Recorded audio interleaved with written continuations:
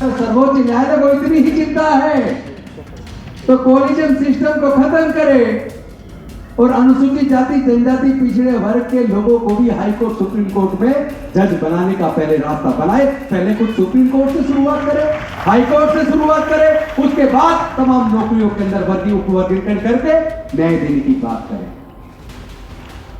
लेकिन इससे भी ज्यादा एक चिंता की और बात है, उनकी नीयत अनुसूचित जाति जनजाति को आगे बढ़ाने की नहीं है। अगर उनकी नीयत अनुसूचित जाति जनजाति पिछड़े वर्गों को आगे बढ़ाने की होती तो फोर्थ क्लास एम्प्लॉयमेंट को पूरी तरह आउटसोर्स करके ठेके पे भर्ती ना होती, क्योंकि वहां तो कंपनियां अपना भर्ती करती है, उसमें तो कोई रिजर्वेशन नहीं है। और बाकी में वो लेटरल एंट्री ना लाती। एक छोटी सी तस्वीर आपके सामने प्रस्तुत करूंगा। वैसे तो इतना विस्तार पूर्वक बड़ा मुद्दा है कि मुझे कई घंटों लगेंगे, लेकिन मैं बहुत कम शब्दों में एक छोटी सी तस्वीर आपको उदाहरण के लिए पेश करना चाहता हूं, ताकि आपको वास्तविकता पता चले कि देश की वास्तविक स्थिति क्या है। अगर केवल जो पब्लिक सेक्टर अंडरटेकिंग है उसके अंदर केवल अगर मैं 10 नेशनलाइज्ड बैंक की बात करूं तो 10 नेशनलाइज्ड बैंक के अंदर चीफ जनरल मैनेजर के 147 पद हैं। चीफ जनरल मैनेजर के 147 पद हैं, उसमें से जनरल कैटेगरी के 135 हैं, 92%। ओबीसी के 3 पद हैं केवल, 147 में से केवल 2%। अनुसूचित जाति के 9 लोग हैं चीफ जनरल मैनेजर, केवल 6%। और अनुसूचित जनजाति का 0, एक भी चीफ जनरल मैनेजर नहीं है। जनरल मैनेजर के पद इन 10 नेशनलाइज्ड बैंक में 667 है। 667 में से 588 जनरल कैटेगरी के, यानी 88% पे कब्जा। 12 लोग ओबीसी के जो केवल 2% है। 52 लोग अनुसूचित जाति से जो केवल 8% है। 14 लोग अनुसूचित जनजाति के जो केवल 2% है। अगर माननीय सर्वोच्च न्यायालय को इतनी ही चिंता है तो अनुसूचित जाति जनजाति के अंदर क्वालिफाइड लोगों में से जो इन पदों के लिए काबिलियत रखते हैं, कम से कम इसके अंदर तो उनको हिस्सेदारी भागीदारी दिला दो। देश में जितने यूनिवर्सिटीज हैं उसके अंदर वाइस चांसलर तो देखने को ही नहीं मिलता अनुसूचित जाति जनजाति और पिछड़े वर्गों में से, जिनकी जनसंख्या 85% है और पूरे देश में सैकड़ों की मात्रा में वाइस चांसलर है। एक तो वाइस चांसलर बड़ी मुश्किल से ढूंढने से अनुसूचित जाति जनजाति और पिछड़े वर्ग का मिलता है। तो मेरा अनुरोध है सर्वोच्च न्यायालय से कि कम से कम देश की यूनिवर्सिटीज का वाइस चांसलर में हमारा भी हक दिलवा दो। और अगर इतना चिंतित हो तो एक डाटा और आपके सामने रखता हूं। जनवरी 2003 में सेंट्रल गवर्नमेंट की जो नौकरियां थी ए, बी, सी और डी तीनों मिलाकर 33,95,476 थी। 33,95,476 जो जनवरी 2013 में 10 साल बाद घटकर 26,29,913 रह गई और डी ग्रुप पूरी तरह बंद कर दिया। और 2021 में जो 2003 में केंद्र सरकार में 33,95,476 नौकरियां थी, वो घटकर जनवरी 2021 में 18,78,822 रह गई।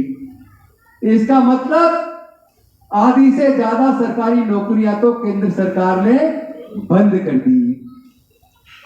तो इतनी हकमारी हो रही है, सर्वोच्च न्यायालय चिंतित है, केंद्र सरकार, सारी राजनीतिक पार्टी चिंतित है, तो फिर नौकरियां कहां, कौन खा गया?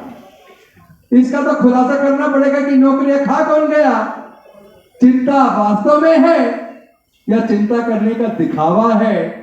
सच्चाई तो यह है, अनुसूचित जाति जनजाति को आपस में लड़वाने की साजिश है। ये बंटवारा हमारे लोगों को न्याय नहीं दे सकता, ये धोखा है।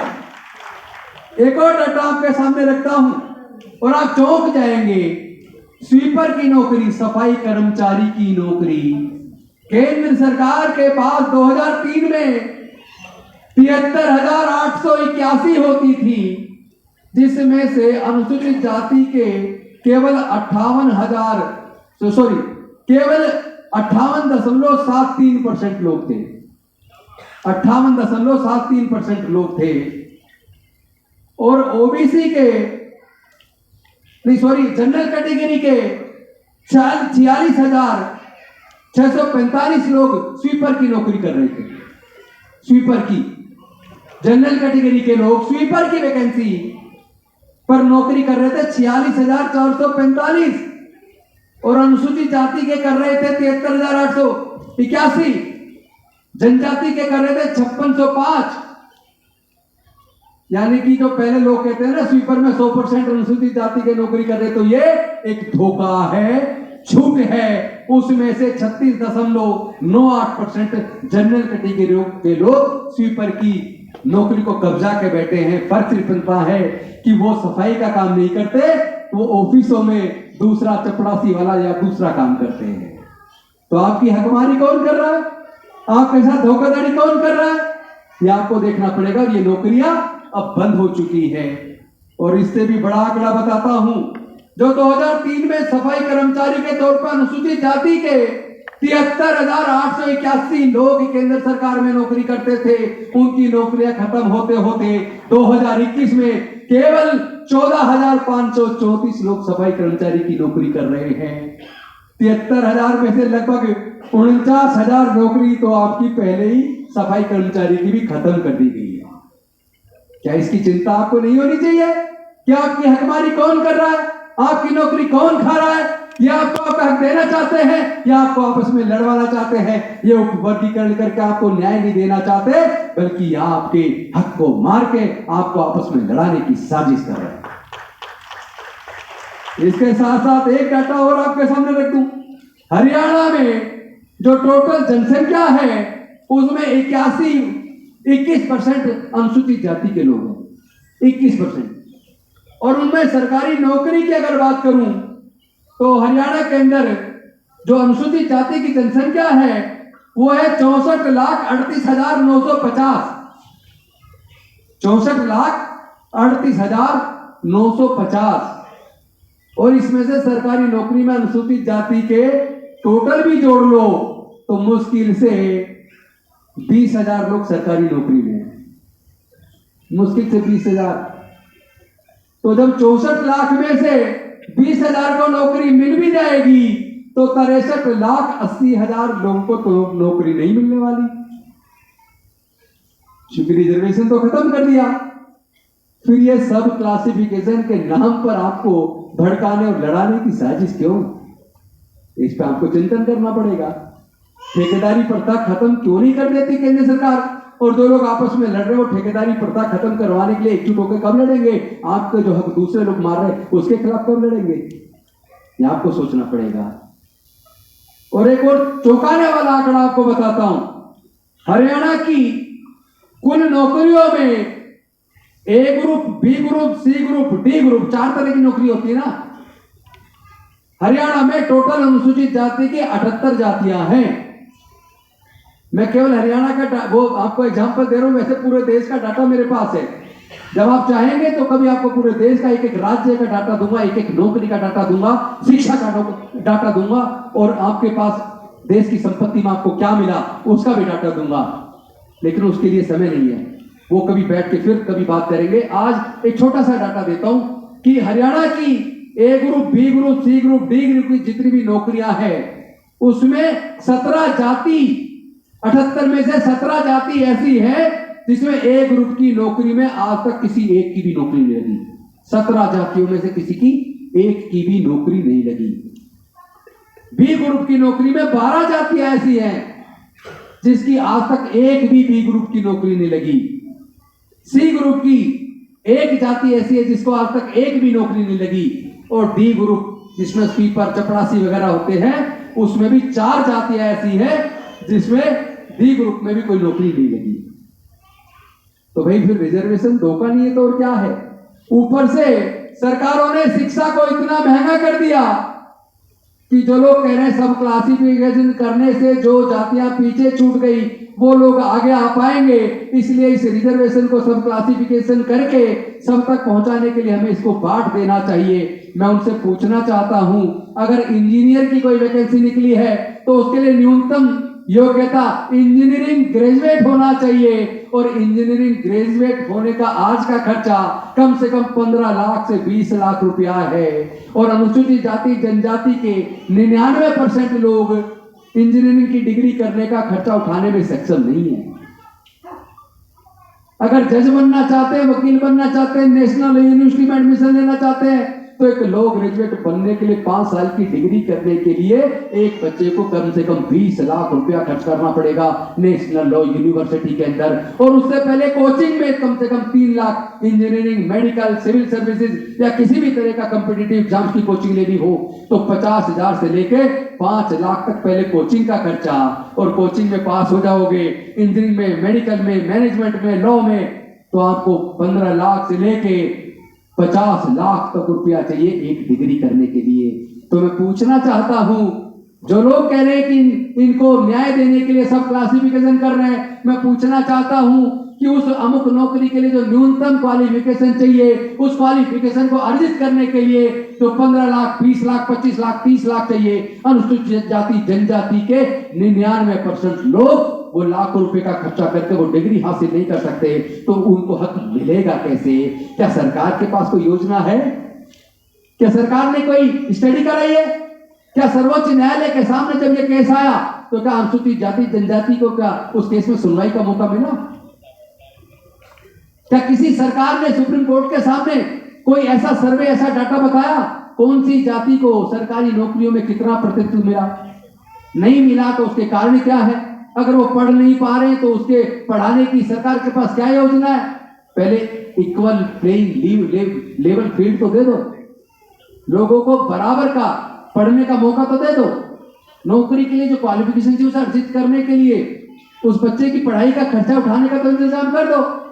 तो अगर सरकारें ऐसा नहीं कर रही तो ये केवल धोखा है, समाज को बांटने की साजिश है। मेरा निवेदन है अपने समाज के लोगों से, अनुसूचित जाति जनजाति की जितनी भी जातियां हैं, कोई भी ये ना समझे कि ये जजमेंट उनको न्याय देने वाला है। नहीं, न्याय देने वाला नहीं, बल्कि उनको आपस में लड़वाने वाला है। अगर सरकारें वास्तव में चिंतित है, अगर सर्वोच्च न्यायालय वास्तव में चिंतित है, तो पहले इन तमाम अनुसूचित जाति जनजाति की और बाकी भी जातियों का पहले जाति जनगणना करनी पड़ेगी। उनका आर्थिक और शैक्षणिक सर्वे करना पड़ेगा। किसके पास जल, जंगल, जमीन में कितना हिस्सा आया, वो सारा सर्वे करना पड़ेगा। वो पूरा का पूरा डाटा सुप्रीम कोर्ट के सामने रखना पड़ेगा। और सरकार को उसके बाद जो जातियां पिछड़ गई हैं उनके बच्चे पढ़ के उस कंपटीशन के लायक बनेंगे कैसे, उसका इंतजाम करना पड़ेगा। उसके बाद मैं भरोसे के साथ कह सकता हूं, अगर तमाम अनुसूचित जाति जनजाति के लोगों को बराबर का पढ़ने का, इक्वल क्वालिटी एजुकेशन दे देंगे, पढ़ने का मौका दे देंगे, तो आपको सब क्लासिफिकेशन करने की, उप वर्गीकरण करने की जरूरत नहीं पड़ेगी। जो पढ़ेगा वो बढ़ेगा। क्योंकि नौकरी के लिए जो न्यूनतम क्वालिफिकेशन चाहिए, उस क्वालिफिकेशन में कोई जाति नहीं देखेगा, केवल अनुसूचित जाति देखेगा, कोई भी बैठ सकता है। उसमें न्यूनतम मार्क्स भी चाहिए, उस एग्जाम को क्वालिफाई करना पड़ेगा। जो बच्चा काबिल होगा वो क्वालिफाई कर जाएगा। अब अगर इसको सब क्लासिफिकेशन कर भी दोगे तो जो बच्चा उस एग्जाम को पास नहीं कर पाएगा तो क्या उसकी नौकरी लग जाएगी? एग्जाम तो पास करना कंपलसरी है ना। तो अगर एग्जाम ही पास करने के लायक नहीं बनाओगे उस बच्चे को, तो क्या सब क्लासिफिकेशन से भी उसको न्याय मिलेगा? इसके साथ साथ अंतिम बात कहूंगा, ये जो सब क्लासिफिकेशन धोखा क्यों है? ये धोखा इसीलिए है कि आज सरकार के पास देने के लिए नौकरियां तो है ही नहीं, और अगर कहीं नौकरी निकलती है तो रिजर्व सीट 1 मिलती है, कहीं 2 मिलती है, कहीं 3 मिलती है, कहीं 4 मिलती है। अब हजारों नौकरियां नहीं निकलती है अनुसूचित जाति जनजाति की, पिछड़े वर्गों की, कहीं 2, कहीं 4, कहीं 5, कहीं 6। कभी कभी कुछ जगह होती है जैसे रेलवे में निकल गई, वैसे तो आधा रेलवे बिक चुका है, लेकिन जो बचा है उसमें बैंकिंग सेक्टर आधे से ज्यादा बिक गया, उसमें निकलती हैं। तो जहां निकलती हैं, या टीचर्स की वैकेंसी निकलती है, वहां निकलती है, उसके लिए लाखों लाख बच्चे बीएड करके, सीटेट करके लाइन में लगे हैं। और वहां भी आपने देखा यूपी के अंदर किस तरह 8,000 उनकी नौकरियां खा गई बाकी यूपी की सरकार, 8,000 नौकरियां खा गई। तो धोखा तो खुलेआम हो रहा है। लेकिन बाकी ज्यादातर नौकरियां तो ऐसी है, कहीं 1 वैकेंसी, कहीं 2 वैकेंसी, कहीं 3 वैकेंसी। अगर किसी राज्य के अंदर अनुसूचित जाति की 105 जातियां हैं और आप सपोज करो उसको 4 कैटेगरी में बांट देते हैं, एक में 20, एक में 25, एक में 24, एक में 26 और एक में 5, तो ये बताइए अगर वैकेंसी 5 निकली तो 5 कैटेगरी को एक एक बच्चे को नौकरी मिलेगी, एक एक बच्चे को। तो 5 बच्चे को नौकरी मिली, लेकिन जाति 105 है। अगर एक एक जाति के एक को भी मिल गई तो 5 को मिल गई, तो 100 जाति तो फिर भी वंचित रह गई। फिर 5 नौकरियों को 105 जातियों में कैसे बांटोगे? जरा सोच के देखो। 105 जातियों का नंबर आते आते पता लगा 500 साल हो गई। ये रिजर्वेशन 500 साल चलने वाला नहीं है। ये रिजर्वेशन हो सकता है आने वाले कुछ सालों के बाद हमारे लोग अपने आप अपनी लड़ाई लड़ने को तैयार होंगे। खुद इस रिजर्वेशन को ठोका मारने के लिए हमारे लोग तैयार हैं, क्योंकि हमें जल जंगल जमीन में हिस्सा चाहिए। हमें जल जंगल जमीन में देश की हिस्सा चाहिए। सरकारी नौकरियों पर केंद्र सरकार का केवल 3% पैसा खर्च होता है और 3% में हमें लड़ाने की साजिश कर रहे हैं। मैं कह रहा हूं 3% के इस धन पे लड़ने की बजाय 97% में आपकी जो हकमारी हो रही है उस 97% में हमें अपना हिस्सा चाहिए। देश की खेती की जमीन में हिस्सा चाहिए, इंडस्ट्री में हिस्सा चाहिए, व्यापार में हिस्सा चाहिए, सरकारी कॉन्ट्रैक्ट में हिस्सा चाहिए। जहां लाखों करोड़ रुपया है, अरबों खरबों रुपया है, उसमें तो हमारी हिस्सेदारी की कोई बात ही नहीं कर रहा। ना कोर्ट कर रहा है, ना सरकारें कर रही है।